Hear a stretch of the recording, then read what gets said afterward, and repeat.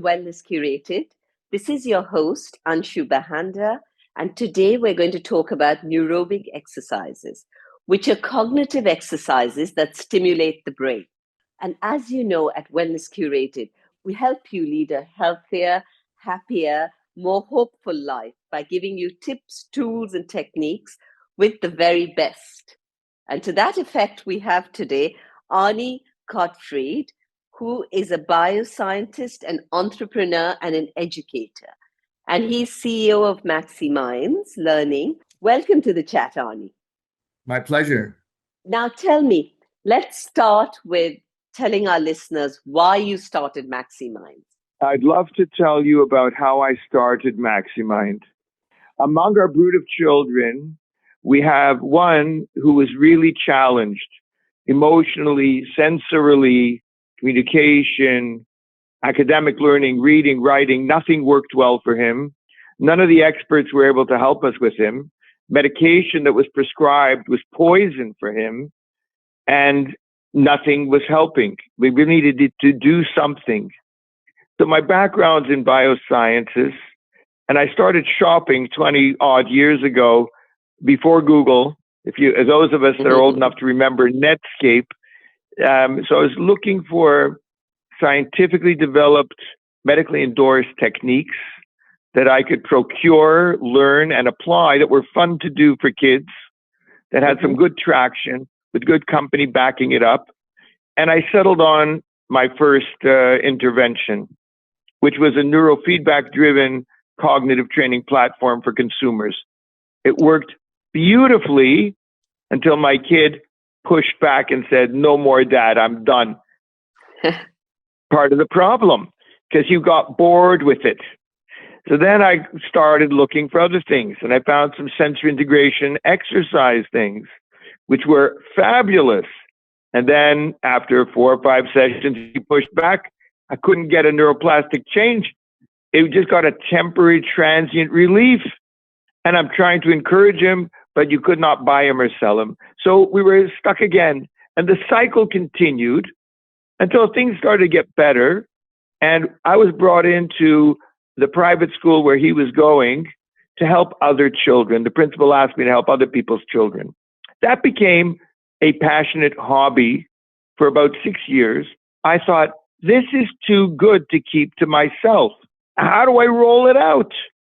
So I had a plan. My wife agreed. Our spiritual mentor gave us a blessing. And we mortgaged the house, bought technology, hired teachers, and gave it away in 3 private schools for 3 months, 40 children. Today, the methodology has been templated, and there have been 1,300 and change children through the program. And we've had a consistent 90+% success rate with a life change in focused learning and self-control. That's the Maxi Mind story in a nutshell. Wow. Thank you for that. For our listeners, can you explain the difference between, say, an ADHD and difficulty in focusing? Well, it's a very good question. Just yesterday, one of my colleagues approached me complaining about a doctor. He used colorful terms. A 53-year-old who had been very highly functioning up until the previous year had personal crises one after another in his life, and he had tremendous trouble focusing and self-regulating. And he went to the doctor, diagnosed adult ADHD, gave him pills, and said goodbye. It wasn't a bona fide ADHD. Now, having said that, ADHD is only defined by traits. It's not a disease.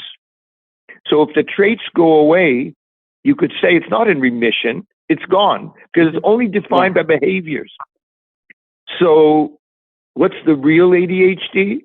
To give a very simple answer, if you take care of other life factors and it doesn't go away, maybe your brain is wired that way to be restless, impulsive, distractible, disorganized, and maybe you need to address it in order to be happy and successful. So with your program, you deal with ADHD, and can you help people get off medication And are there examples where people have still needed to stay on medication? Well, of our clients, there's usually about 100 kids in the program. Mm-hmm. The significant majority come because they want to avoid medication for their children. And the significant majority of them are successful in that.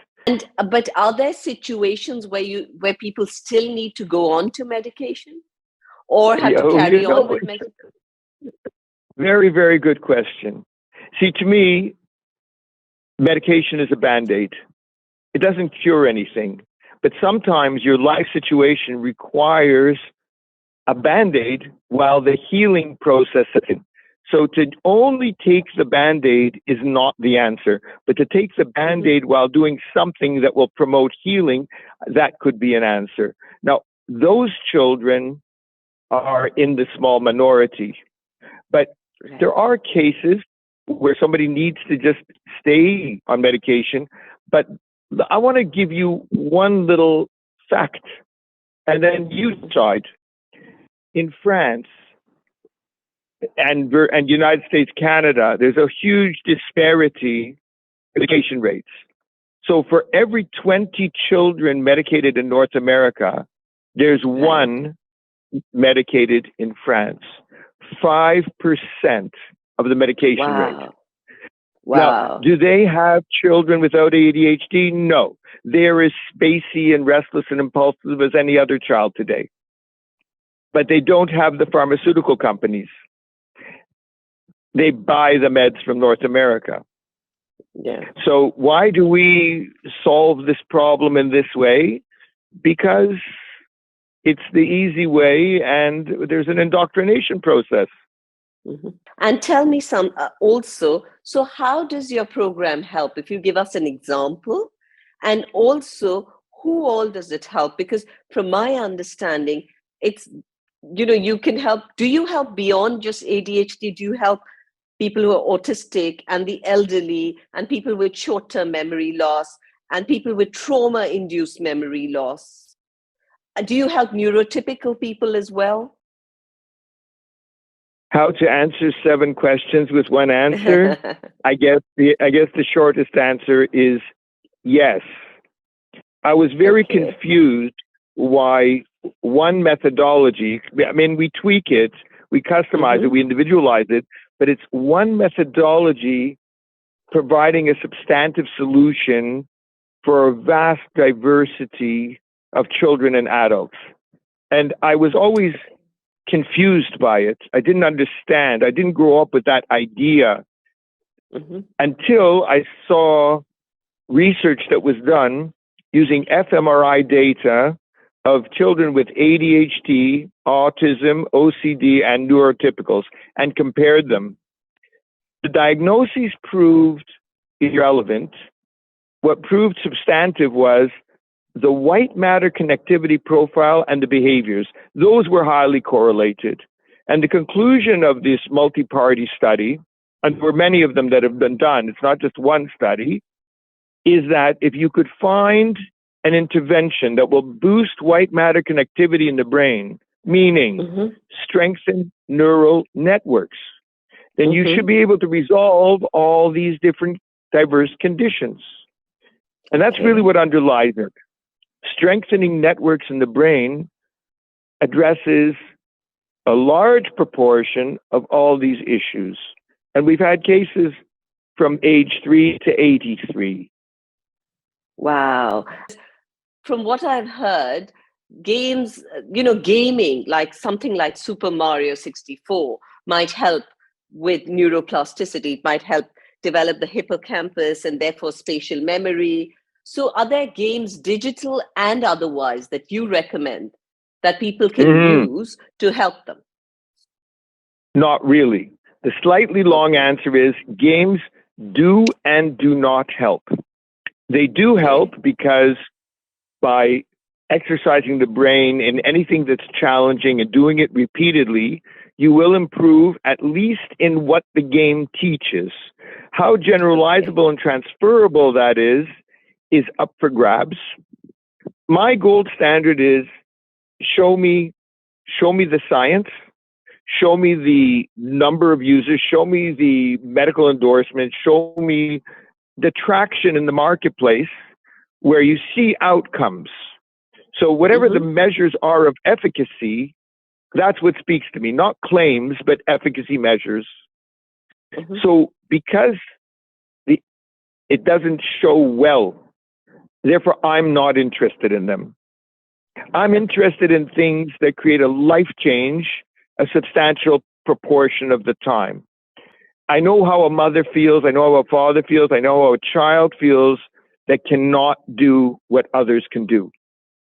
And I want to take away that pain. And to do that, you need to dig in. So you need frequency, intensity, and duration in a program, doing the right things with the right frequency, intensity, and duration.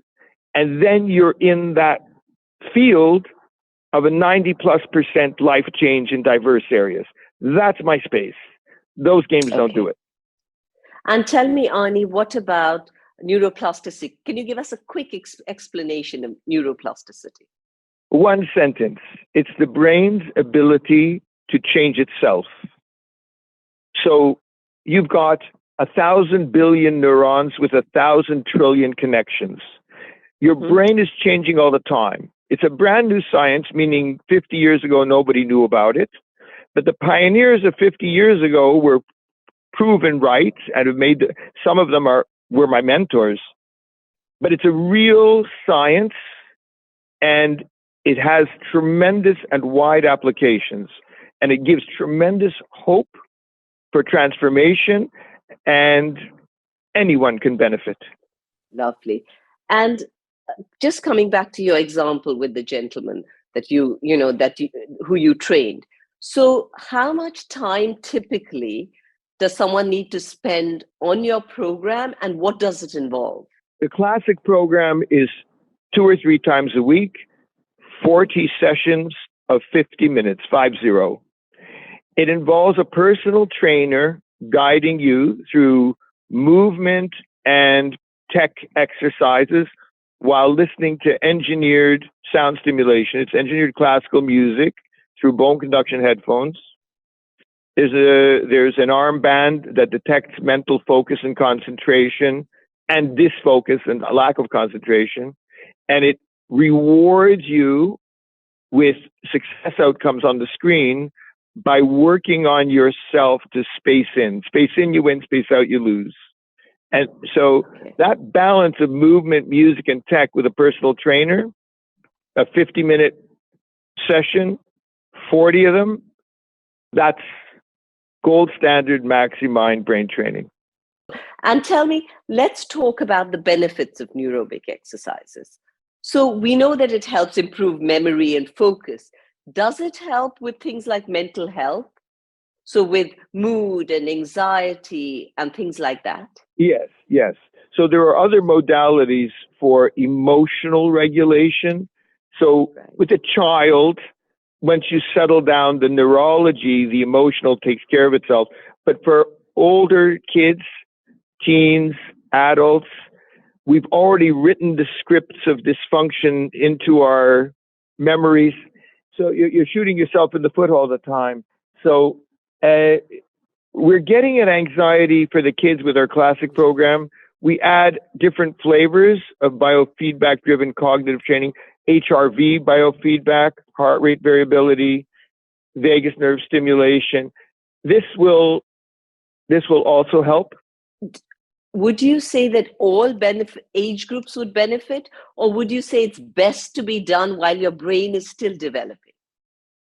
Yeah, the old story is, for example, in autism, they say you've got a five-year window. The person who introduced us to each other, Anshu, Jonathan Alderson, wrote a book called Challenging the Myths of Autism.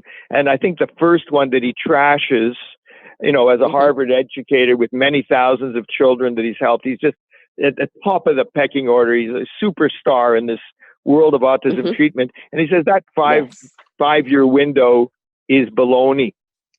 And the neuroplasticity story is really for any age.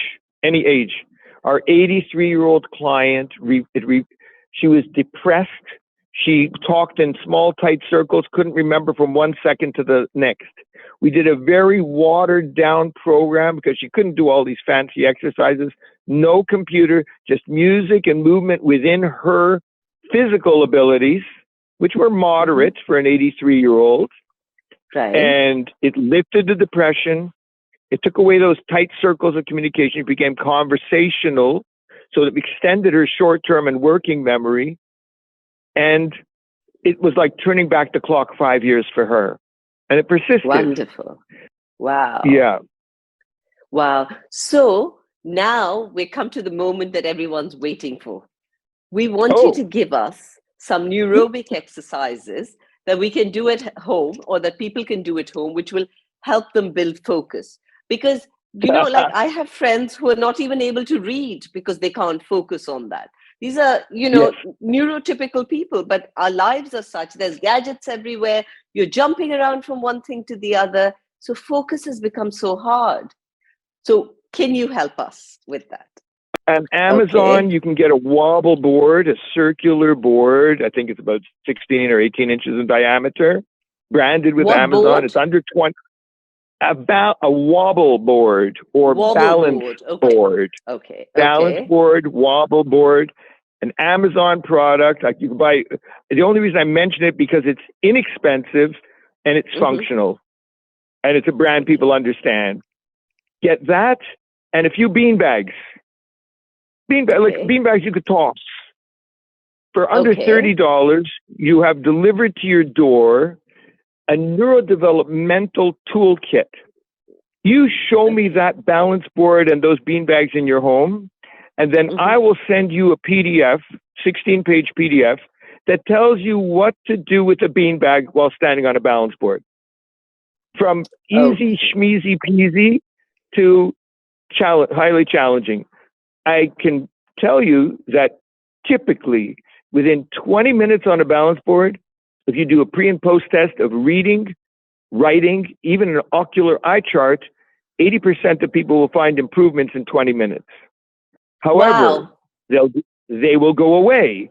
But if you do it, let's say 10 minutes a day, 5 days a week, 6 weeks, again, I promise you results in focus, reading, comprehension, spirits lifting, different outcomes, overall outcomes.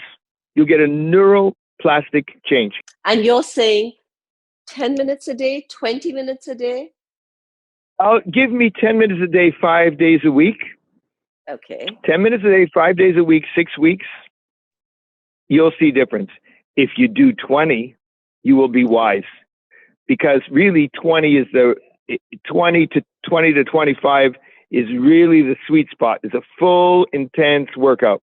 Okay, so just a wobble board. We'll forget about the bean bags to begin with.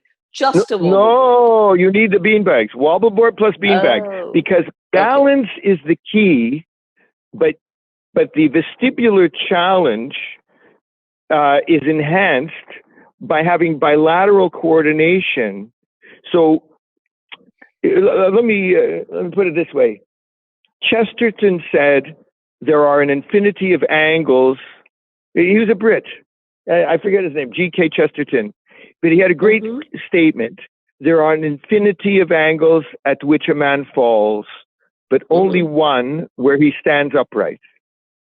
So we all know what normal functioning looks like. But once there's dysfunction, there's many, many ways of being dysfunctional. So just like a person can be emotionally out of balance, mentally out of focus, but there's also physical balance. And the discovery, an amazing discovery, is that these emotional and mental balances are addressed by addressing the vestibular sense, our alignment with the force of gravity. Or from our spiritual tradition, our alignment with the direction up, not the direction down necessarily. It's the way you view it. But in any case, this balance issue, once you're crossing the midline, you're tossing a bag back and forth, you're really stimulating your full balance sense and the way it connects to your other senses. So and how many bean bags did you say? One is enough. One. Okay, wonderful. And tell me, once we've improved our focus, whether it's using this exercise or, using your techniques on your website, what happens if we stop? Do we reverse? Well, any teacher knows that over the summer it is brain drain, and they have to go. So it's normal when people do nothing, and they walk away from skills, they get rusty, but they don't lose them. They go back in the recesses of their long-term memory, and then you have to dust them off and practice them again. But it doesn't take so long. Okay. So the same is here. The skills that you get, you keep. They become like scaffolding for the building. You build your life on those neural networks because success breeds success. So as you could do a slightly higher function, that allows you to reach the next higher function. Okay. And from what you're telling me, it typically, if you do some kind of neurobic exercise for 10 to 20 minutes a day, 6 weeks, you should see a difference, correct? Correct. Wonderful, Arnie. Arnie, we end normally with a rapid fire round where we quickly summarize something for people to take away. So what you do benefits everyone, but is there any way of testing when someone really needs to start neurobic exercises? Fantastic.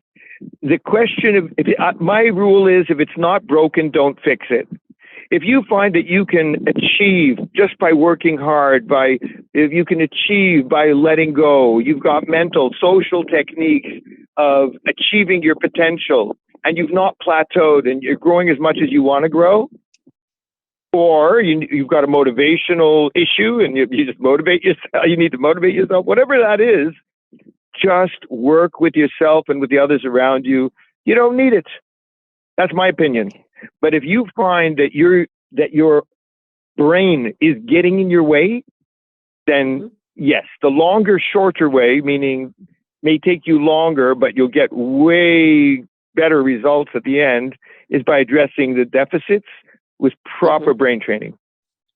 Okay. And Arnie, one exercise that people can do anytime, anywhere without any equipment. Okay, no equipment. One exercise.